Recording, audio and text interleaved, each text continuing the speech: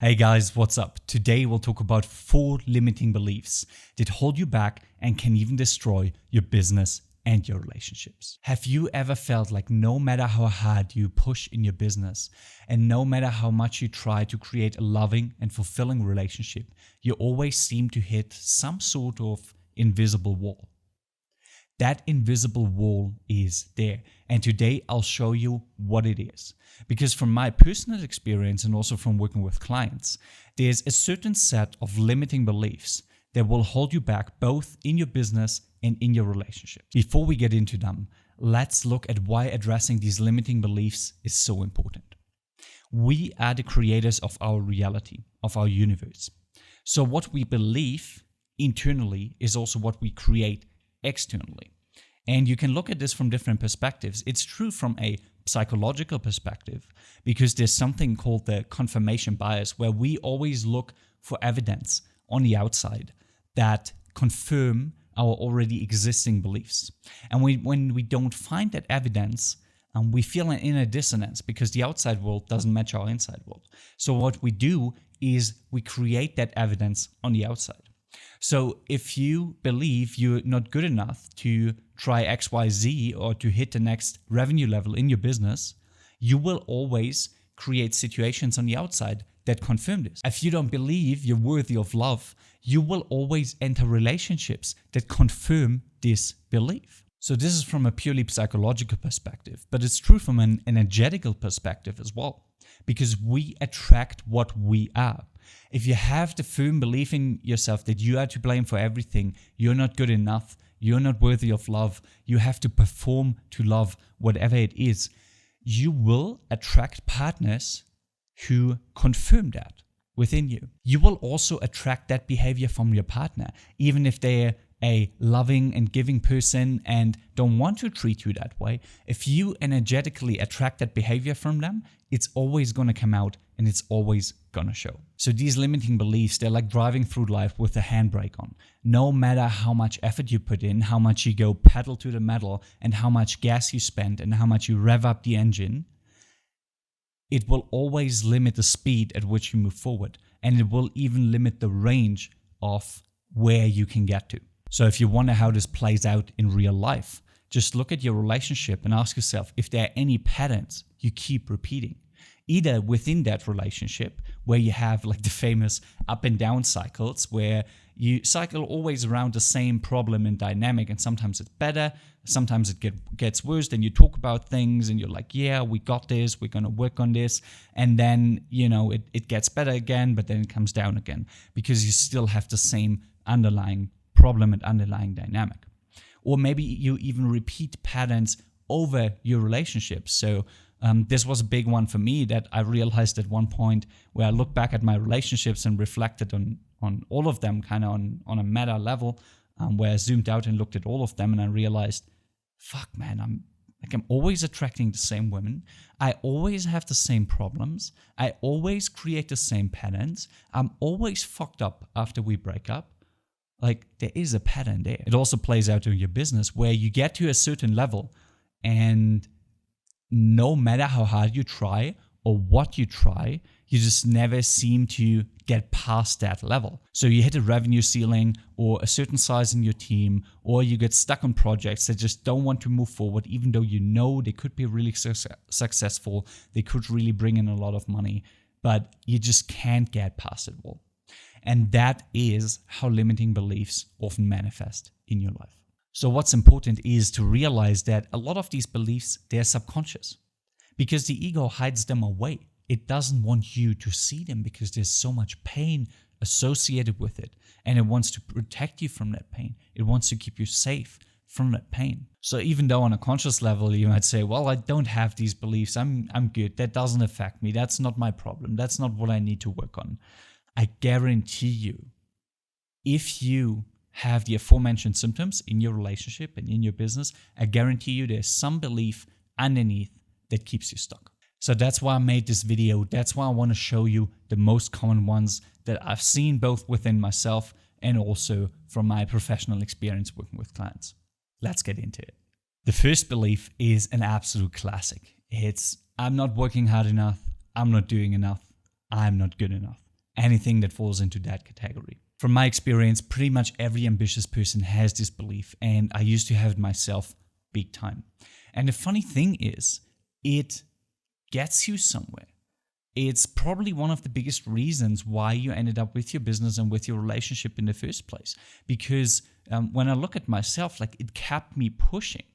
It kept me working hard on the weekends while everybody else was partying. Was this constant nagging thought of, shit, I'm not doing enough. I could work harder. I'm not good enough the way I am.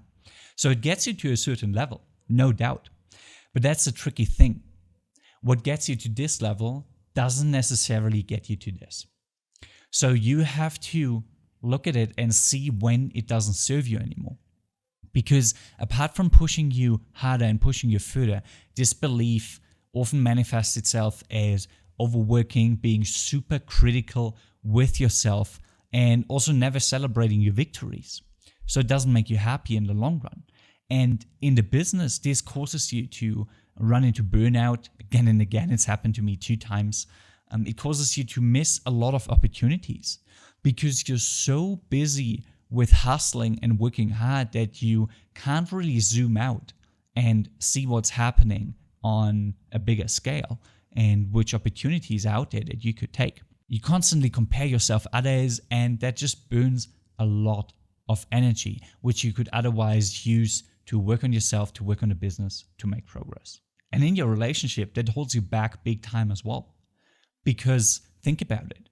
If you constantly think you're not good enough, you're not doing enough, you're not working hard enough, maybe even you don't deserve this, you will constantly feel inadequate. You will constantly seek validation from your partner. And to do that, you'll do all sorts of things that you otherwise wouldn't do, and play yourself down, and that destroy your self-respect as well. Like, I have put up and tolerated so many things simply because I needed that validation and that love because I couldn't give it to myself. And ultimately that led me to end up in relationships where I didn't get respect or love from my partner. And I can't blame them because it was the behaviors and the beliefs that I had that caused it. Now the upside is, if you manage to let go of that belief, you set yourself free. Work will no longer be compulsory. Relationships will no longer be a constant quest for validation and doing things right. You will have much more energy to move your business forward, to improve your relationship, and to meet yourself with love. And that's all it takes. Belief number 2, again, it's super common with high achievers, is the belief that I have to perform to get love. To show you where this comes from, I'll take you back to my childhood for just a minute. I know it's hard to imagine, but I once was a kid without a beard running around causing all sorts of havoc. And when I went to school, my grandma was very strict with me. And she told me that I always have to get good grades.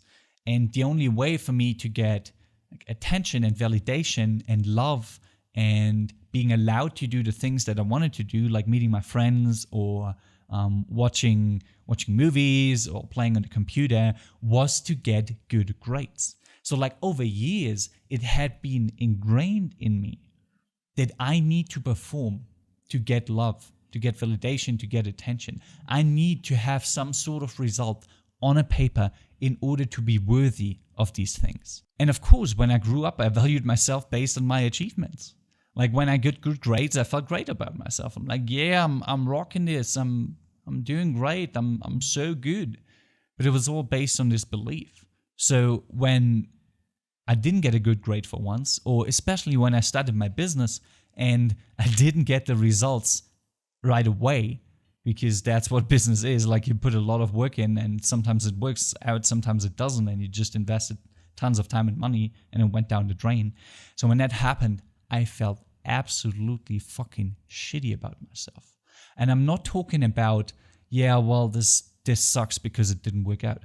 No, I felt deprived of love. I felt like I wasn't worth anything. I felt like shit.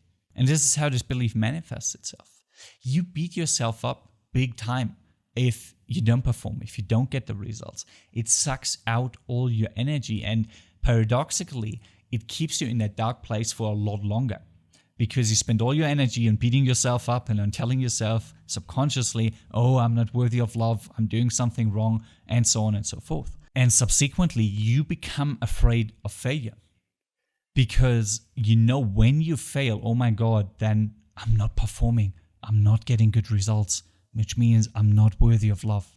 All this happens subconsciously, but it manifests itself that you wait way too long to jump onto a new opportunity. You overthink stuff. You worry more about the downsides than you think about the potential upsides, and so on and so forth. So it really keeps you stuck. It really holds you back. Now, in your relationships, this shows up as well. And this is, man, I've been going through that for so many years where I got a lot of conditional love because I thought that I had to constantly give and perform to be worthy of love. I had to be the best boyfriend. I had to be the best guy she ever had in bed. I had to be like the most intelligent, the smartest, the funniest, the whatever rest, so she would stay with me. If I stopped performing on that level, she would certainly leave me because I wasn't worthy of the love without the performance, right? So I was constantly afraid of losing that affection, of losing that love. It went so far that I developed severe performance anxiety in bed, where I was there with beautiful women and I couldn't get it up because I was so afraid of not performing. And paradoxically, that made me not perform. So this is how these beliefs work on a very subconscious and very tricky level. The cool thing is that when you break this belief, and you understand that you are worthy of love no matter how much you perform or what you do, but you're fundamentally worthy of it as a human being. This manifests itself first in your relationships, and you'll attract that love or attract the people who love you for who you are, not for your performance. And in your business, you will stop being afraid of not performing. You will detach from it, which again, paradoxically, is the thing that enables higher performance because you're not desperate for it. You're letting your energy flow freely instead of trying to force it into something and ultimately having an inner conflict and waste it on working against yourself. The next limiting belief is very common among men, and it is that my needs are not important. So first things first, we are all human beings. We all have very basic needs like food, shelter, and sleep. But we have also more advanced or more nuanced ones like connection, purpose, a certain kind of challenge, meaning, fun, and so on and so forth. But as men especially, we often get told that our needs don't matter and we should suppress them so we can provide value to someone, we can serve someone. This starts in childhood. When I was a little boy, I remember I had this like small yellow bike that I used to ride down the hills because I fucking love speed. Loved it back then, I still do. And every so often I'd fall off my bike and scrape my knee and there would be blood everywhere. I'd be crying. And I remember my grandpa putting like a disinfectant spray on my wounds, and that was back in the day where like they had disinfectant spray that just burned like hell. And obviously I was screaming, I was crying, there was so much pain. And what he told me was, boys don't cry. Real men don't cry. And what I learned then was, okay, apparently like I have this need for like someone holding me, for expressing my pain and expressing my emotions and what I'm going through, but apparently it doesn't matter and I have to suppress that. And this is a pattern that, as I said, a lot of men grow up with, and it manifests itself even much later in your life. And again, that is one of the beliefs that gets you to a certain level, because it will enable you to put aside that you don't feel motivated, you feel tired, you feel whatever, and you can just get down and do the work. But it only gets you to that certain level. And if you want to go past that and hit the next one, you have to let go of it because it doesn't serve you any longer. Because you will always prioritize others. You will neglect yourself and your self-care. And if you don't keep refueling your batteries, you will eventually burn out and you'll not be able to run your business as effectively because you'll constantly be chasing and putting out fires, but never really recharging and making and getting that energy it takes to make these big moves.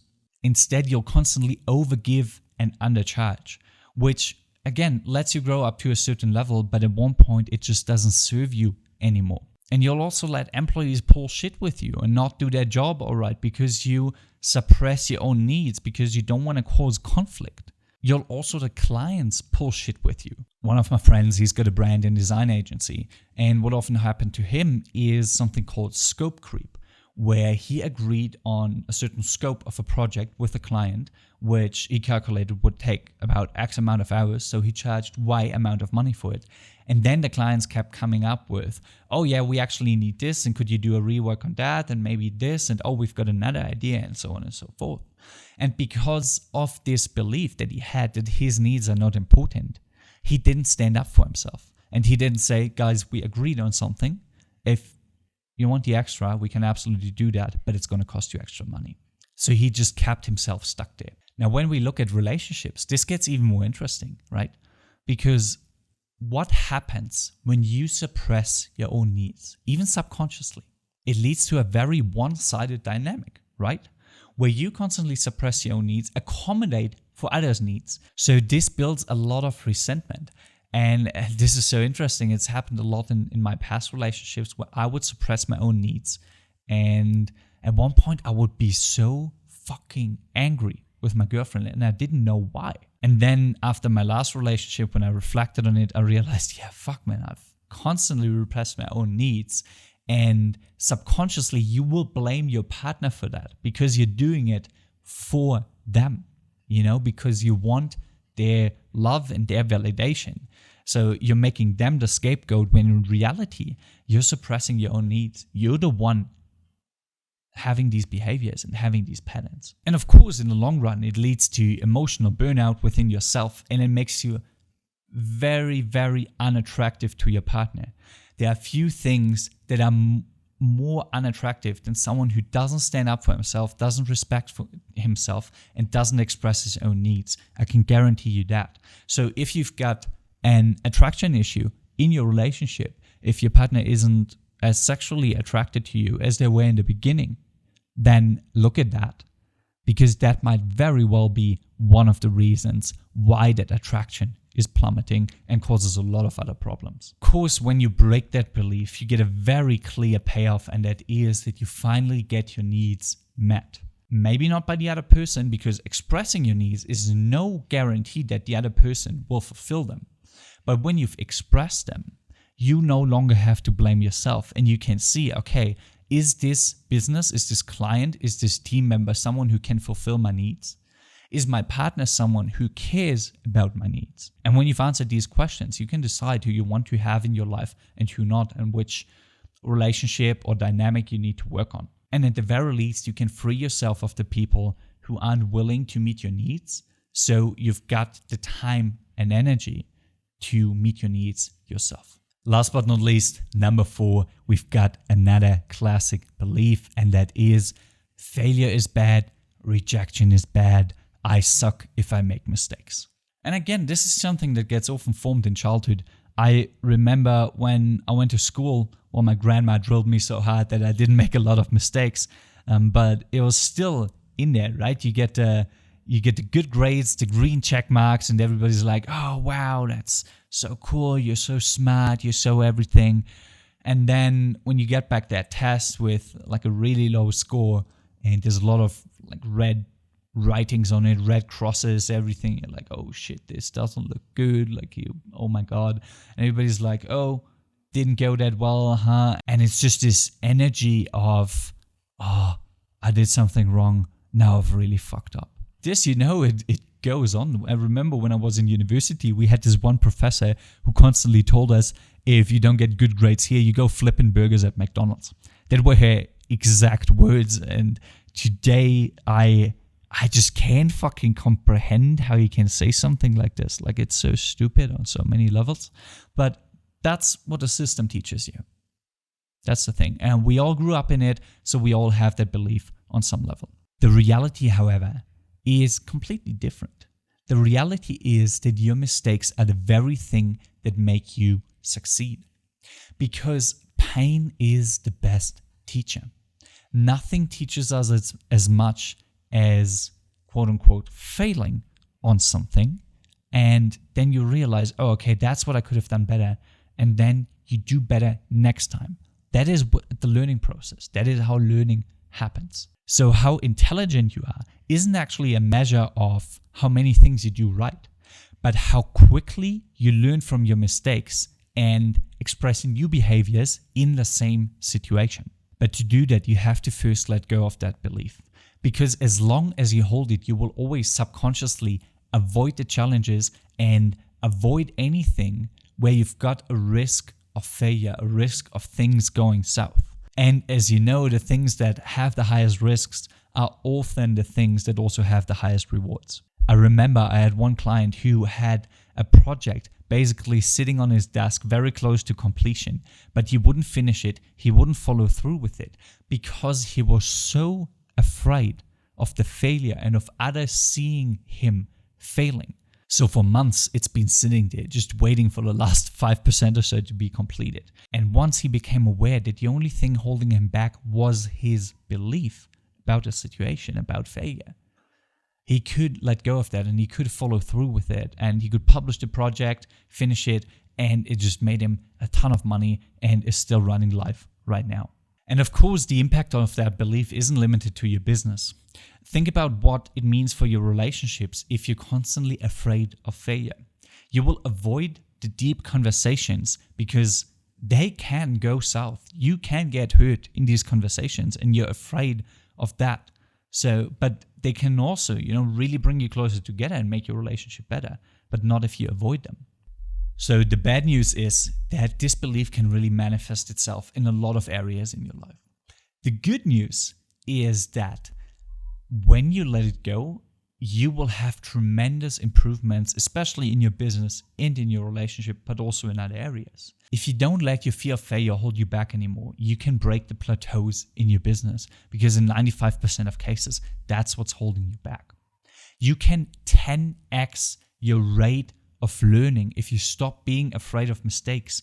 Make them quicker, make them faster, learn from them, move on with that experience, with that knowledge. It will supercharge any of your progress. You can take your relationship to the next level and you'll be finally able to unlock all the cool things you've ever dreamt of just by being aware of that limiting belief and not letting it dictate your life anymore, not acting from fear anymore, but from inspiration and abundance and love and creative energy. Now that we've talked about all these beliefs, the question is, of course, how do you overcome them? How do you break them? I've got 3 super simple tips that will help you break through your limiting beliefs quickly and efficiently. The first one is increase your awareness. And this is true for any change you want in your life. The first step is always awareness. Famous management guru Peter Drucker once said, "You can't manage what you can't measure." And this is true for business, but it's also true for life. If you don't see what limiting beliefs you have and how they manifest themselves in your daily life, you won't be able to work on them. These are all good ways to find out what's going on in your head and where your limiting beliefs are. The second thing is a method I call question and replace. You have to understand that your beliefs are not yours. You have learned them from somebody else. Somebody has treated you in a way or told you things that created these beliefs in yourself. Once you understand that, you also understand that you can let go of these beliefs and create new ones. So ask yourself, where does this belief come from? Is it necessarily true? Is it true for me? Do I have evidence for the contrary?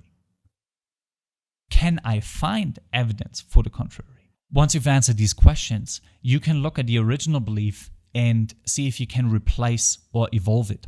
So if you have a deep-rooted belief that I'm not good enough to do X, Y, Z, you can at least evolve it into I can try to do X, Y, Z. I am good enough to try. I am worthy of trying. I am worthy of learning, advancing, and eventually getting there. Number 3 is what I call real-world affirmations. I'm not a big fan of affirmations personally, but what you can do is actively look for evidence that contradicts your limiting belief. So if you have the belief that you need to perform in order to be worthy of love and validation, Find all the instances where someone gave you love and validation without you performing. It can be a stranger smiling at you. It can be a friend helping you up when life beat you down. It can be a partner sticking with you through hard times. Whenever you come across an example of that in your life, take a second to consciously observe and savor that and say to yourself, see, I am worthy of love, even if I don't perform. Last but not least, I'll be very honest with you here. Some deep-rooted beliefs can be very hard to change because they've been ingrained in your brain, in your mind, in your behaviors, in your identity for years and years and years. So you won't just change them overnight.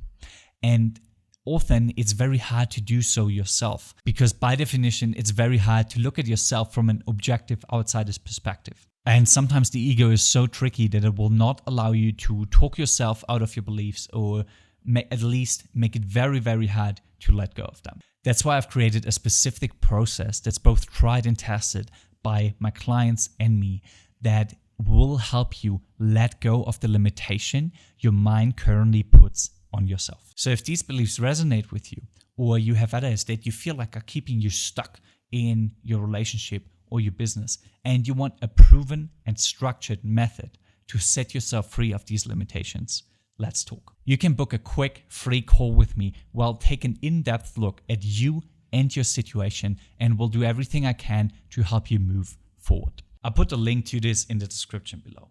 Please keep in mind, I only have a limited amount of time for these calls every week. So if you want your slot, go and grab it now and we'll set you free. The last thing I want to leave you with sounds like a cliche, but after years of work in the self-improvement space, I've realized it's just true. The only limits that truly hold you back are the ones that you put on yourself. All right, guys, thank you so much for watching. I hope you found this helpful. Have a good week. I'll see you. Take care. Bye-bye.